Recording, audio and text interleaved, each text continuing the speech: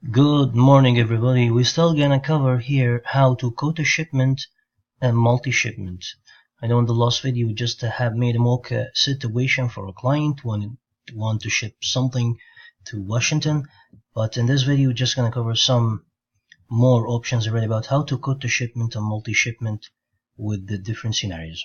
Okay, I'm just gonna open the professional shipping tool.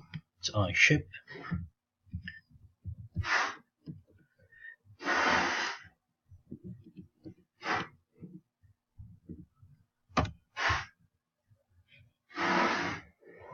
Just gonna wait.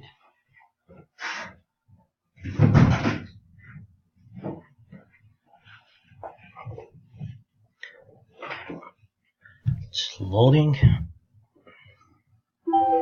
Okay, here we go. Again, the first screen that we will see is gonna be like the coding section, as we would like to call it, the coding section. This is the code section.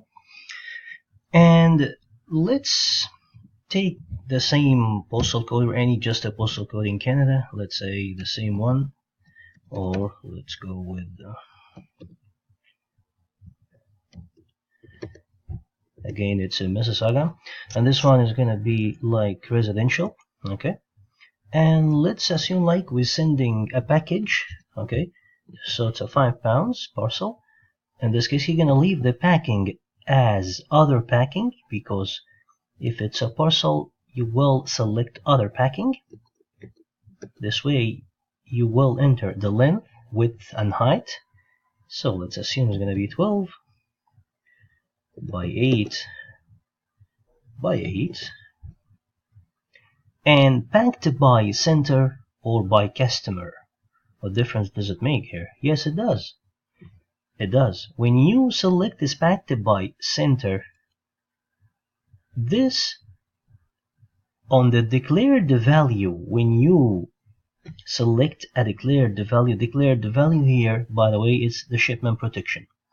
When the client select to choose a shipment protection with the package, the declared value loss protection, giving you the options to insert the pack and ship cost here. But if it's gonna be packed by the customer, only covering loss. So we all agree about the idea of the shipment protection. If the item is being packed by the UPS store certified associate, we will be able to apply a shipment protection for loss and damage. But if it's gonna be packed by the customer, not by the UPS store associate certified packing associate, it's packed by the customer, then the protection, the shipment protection, only covers loss but not damage. So when you select packed by center, you will see that there is option to click pack and ship, and then you enter the merchandise value. The merchandise value here, which is going to be the shipment protection amount. If the client decided to insure it for, or to protect the shipment for $100, to just use the right terminology, it's not insurance, it's a shipment protection. So if he decided to protect the shipment with, let's say, $200, and then you estimated the packing charge based on the chain size, let's say $18, okay, that means the total here, which is the 200 plus the 18, this is the amount that the client will get in case of loss or damage, if you want to have a full amount refund. Okay, so this is if it's going to be packed by the center, because we're taking responsibility of packing, that's why. As well, if you're just going to click get rates here, so that means you already fill all the options that the client needed. If the client needs a signature on delivery, you have to add it first, and then you select collect the adult signature from the recipient address, or collect in-person signature from recipient address. Okay, so we know the difference between the adult and in-person. The adult is 18 plus. In-person, anybody at home can just assign to pick it up. And again, there is no option to have a specific person sign for a package as a service by UPS. But UPS could collect a signature for adult or for anybody inside, whether it's adult or not. Overall, when you selected the email option here, you will be able to just put the email address for the sender or for the receiver.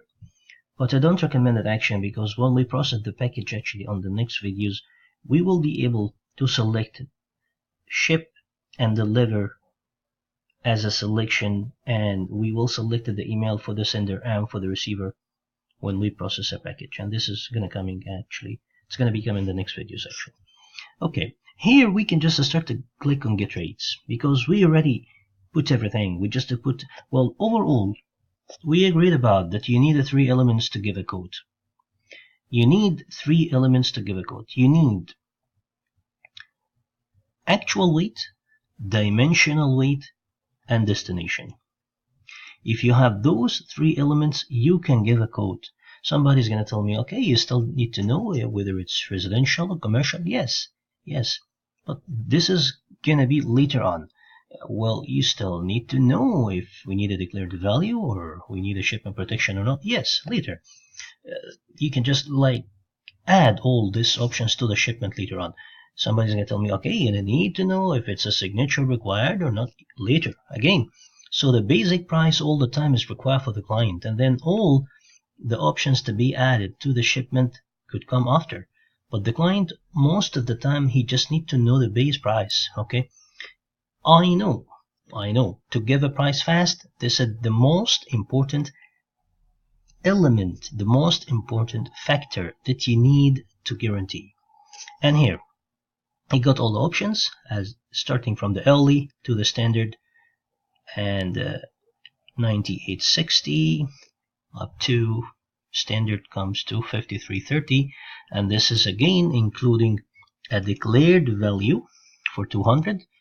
And this is here very important to let everybody know that the iShip calculating the shipment protection as $3 per 100.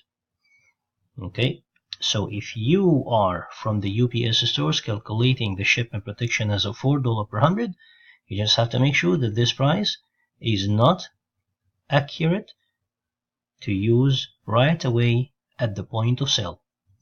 Okay, so are there any way to change the shipment protection fees at the iShip to be, instead of $3 to be $4?